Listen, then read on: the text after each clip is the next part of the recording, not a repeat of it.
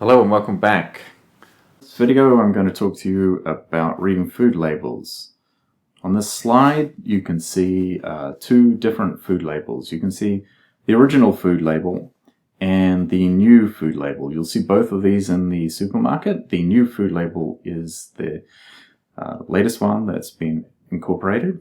There are a few changes to food labels, some of which you can see here in this comparison.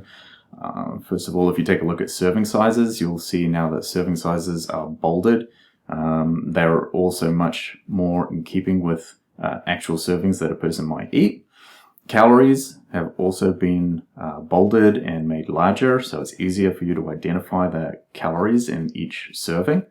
The calories are for a single serving of this particular product, and that's the same on all food labels. And then you can see some crucial pieces of information that you'll want to understand when you're choosing the products for yourself. First of all, total fat. It's interesting to know the total fat, but crucial is saturated fat and trans fat.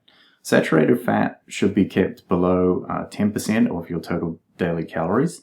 In this case, saturated fat here is 1 gram, which is 5% of your allowance for the day. That means you're allowed up to 20 grams of saturated fat in the day.